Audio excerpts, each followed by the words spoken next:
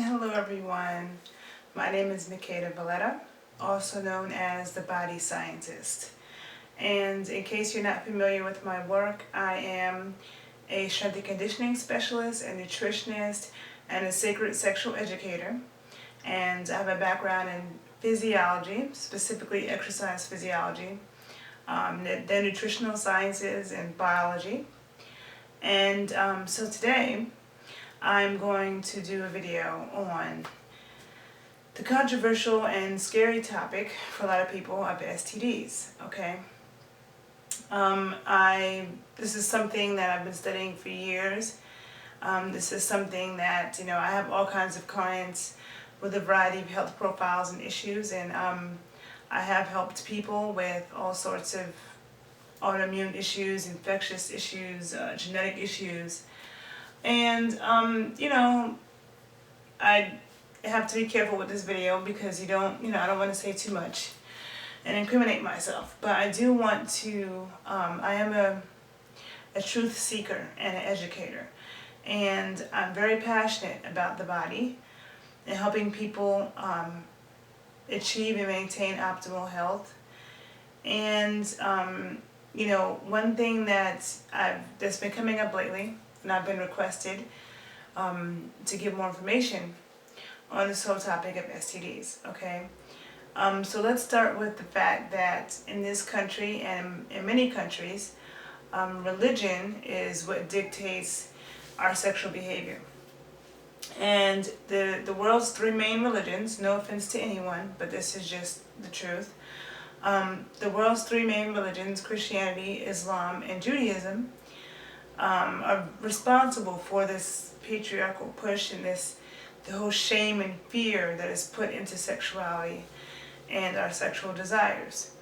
And so when we are told, there's different taboos in different religions, but when we are told that sex is filthy, that our genitals are filthy, that we shouldn't have sexual attractions for more than one person, if you're a woman and you've had sex with, however many people, then all of a sudden you're a slut or a whore.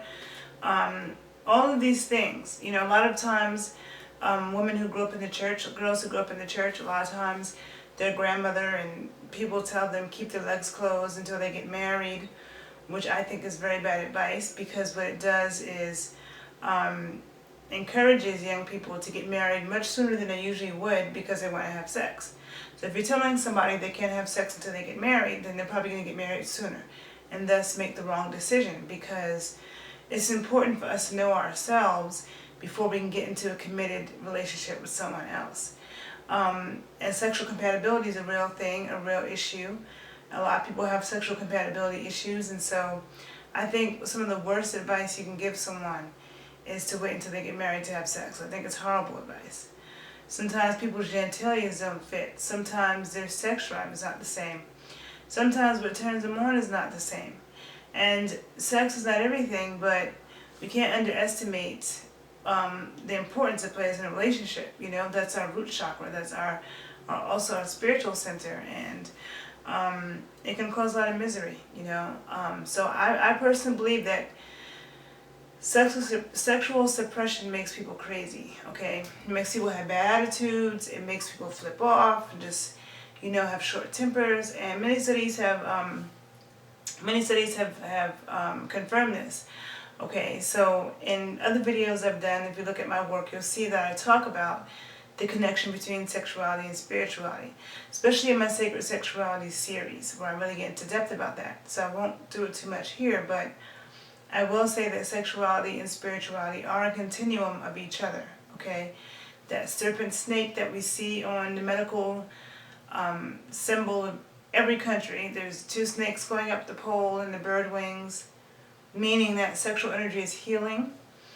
It is the fastest path to enlightenment. It helps to open up our third eye. All of these things, okay? But and sex and sexual interactions is much more healing than it is toxic. But when we have sex ed, we don't learn that. If you get sex ed in school, it's all fear-based.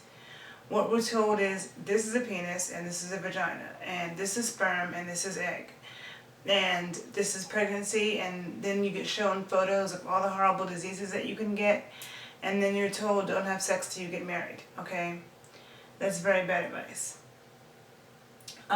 When everything is about fear, fear, fear, what happens is people have serious guilt trips for whatever it is that they desire, whether it be a same-sex relation, whether it be someone that, maybe they're talking to one person and then there's someone else they're interested in. But because they may have been raised very religious, especially if they're female, they may feel like something's wrong with that. And so when you have like these serious guilt trips for your sexual desires and what you're feeling and what you've done, like if you do something and then you feel like, oh my God, I'm such a horrible person, I shouldn't have done that, and you're beating yourself up and you're giving yourself a guilt trip, that can affect your health, okay? I believe, and science has also shown and proven that before we have illnesses in our physical body, they show up in our energy fields first. And toxic stuff and toxic energies and thoughts and imprints in our energy fields, meridians running backwards, chakras being muddled, that can affect our physical health. So some people may have herpes or because they are having a guilt trip and feeling horrible, and even AIDS. I mean, lots of science, and you can look at the videos that I post below in this YouTube video, but lots of science shows that HIV and AIDS are not actually the same thing or even related. HIV is a virus and AIDS is a syndrome, okay? Acquired immune deficiency syndrome, meaning that it's a bunch of different things that basically means the immune system is falling apart.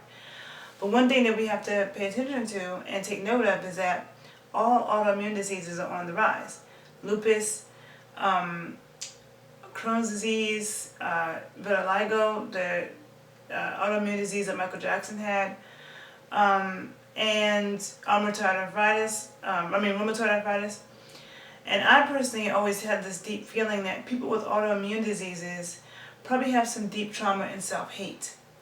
That may not always be the case, but I feel like that's the case a lot of the times. And in my own independent study of working with people with autoimmune diseases of various sorts, because I have had clients with a variety of autoimmune diseases, and a lot of times I do find that there's some type of self-hate at the root of it. Sometimes they may not even be aware of it.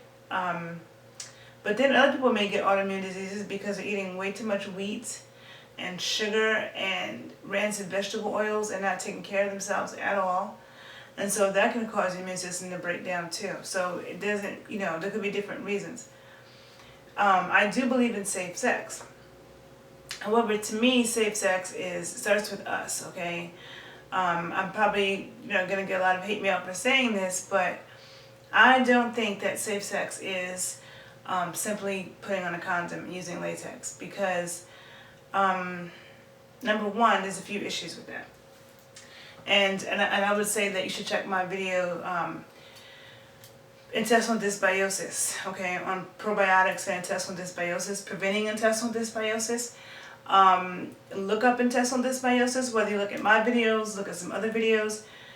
That is the most important thing with preventing all infectious disease, whether it's a so-called STD or any other infectious disease. And I put STD in quotes because these things known as STDs, such as syphilis, gonorrhea, HPV, herpes, and whatever else, they have existed before humans, first of all. So they're older than we are. That's number one. And they've just become an epidemic in the past 30 years. All of a sudden in the past 30 years, it's like this epidemic that went through the roof. And we don't have to have sex to get them. You don't have to have sex to get herpes. I mean, you don't have to have sex to get gonorrhea. You don't have to have sex to get syphilis.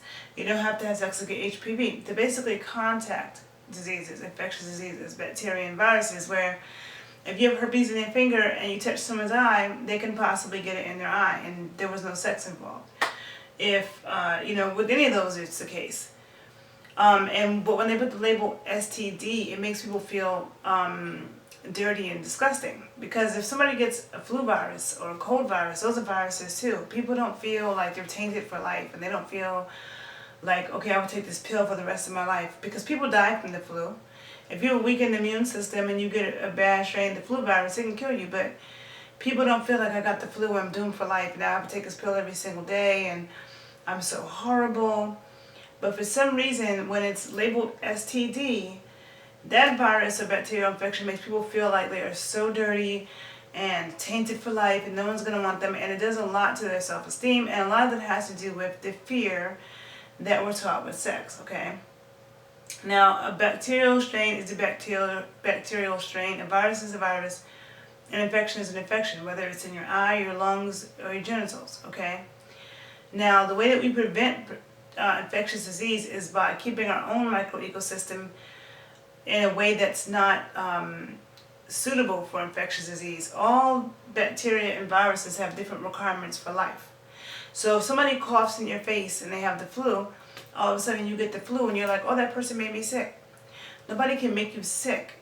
If you got that flu, we're always becoming exposed to infectious disease. So if you got that flu, it's because your body was already welcoming to that virus. Your body already provided the optimal environment for that bacteria or virus to thrive, okay?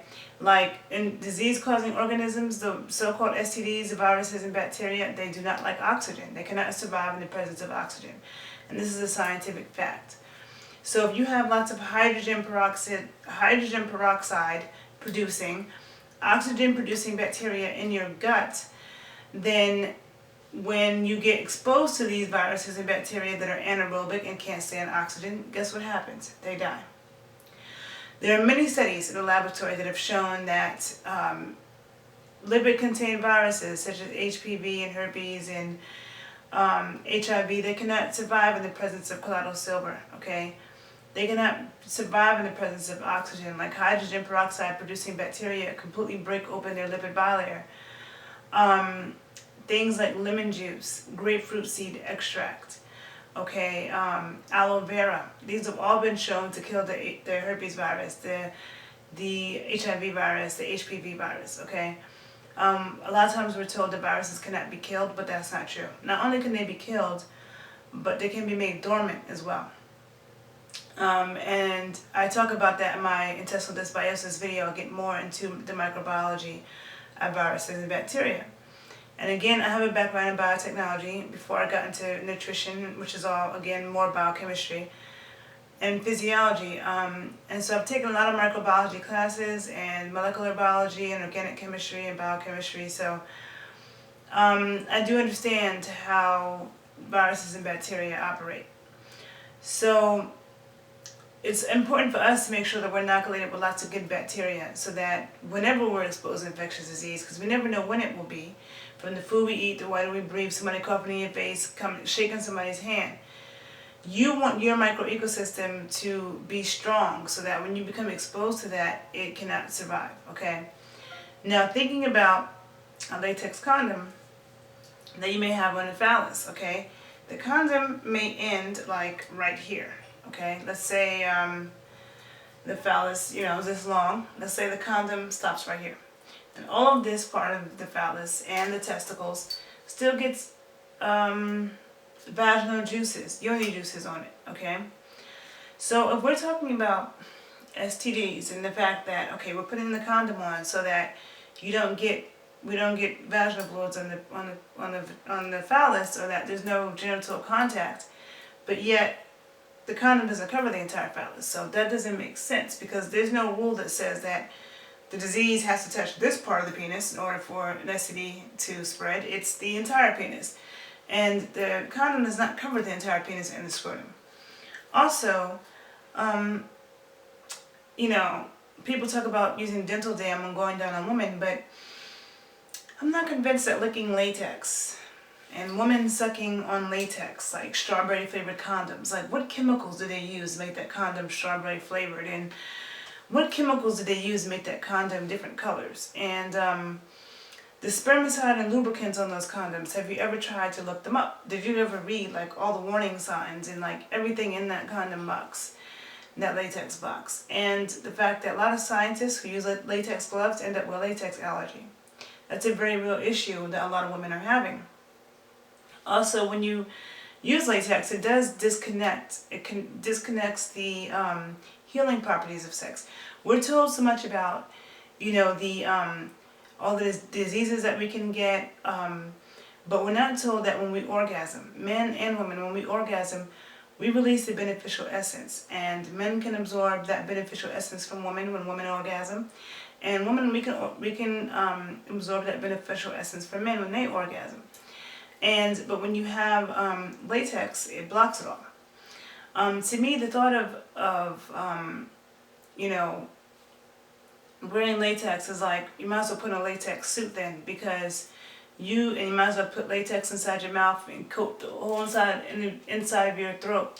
Because if you eat some salad with some E. coli bacteria on it, you could get E. coli and you could die and you could get sick, or you could get sick and puke. If somebody with tuberculosis spits on the sidewalk and you walk by and breathe it, you could get tuberculosis, okay? So, might as well put a mask on your face, might as well put latex over your whole entire body and live in a latex bubble. But if you know anything about immunity, true immunity, that when we become exposed to things, that's how our immune system builds. And that's the whole idea behind vaccines, is inject somebody with a viral or bacterial strain so that our immune system can build up defenses. But that naturally happens if we just live life and we play in the dirt and come in contact with stuff. But everything in America now has become sterilized. They pasteurize and irradiate the fruits and vegetables and all the plant foods. They pasteurize all the juice. So all the juice you buy in the store is pasteurized. The milk is pasteurized. You go to every bathroom is antibacterial soap. People are walking around with hand sanitizer, and that stuff should be illegal. And if you want to know why I say that hand sanitizer should be illegal, if you don't know why that is so bad, you really need to research intestinal dysbiosis. Look at my video and just research intestinal dysbiosis, okay? That's what really causes the problem with your immune system, is all the antibacterial stuff that kills all the bacteria. Bacteria are our friends. We need good bacteria to fight the bad bacteria, because good bacteria create an environment which the bad bacteria and disease-causing organisms cannot thrive, okay? If we focused a lot more on the healing properties of sex and took care of our bodies, you know, like made sure that you're not eating a whole bunch of sugar, which helps the viruses and bacteria to thrive, and you're not eating a whole bunch of grains and, you know, canola oil and soybean oil. Like, if you eat a diet like that of processed foods and crap, then you will have a weakened immune system and get sick. And if you don't have enough good bacteria in your system, which you won't in America unless you are consciously making an effort to consume fermented foods, a multitude of fermented foods and probiotic supplement, to make sure that you're getting a lot of good bacteria in your system. Those are the most important things you can do in terms of safe sex. And also, yes, being very picky of who you connect with and listening to your body, because our bodies tell us a lot. You know, people may not believe this, but our bodies tell us a lot. So if the voices in your head or your body, like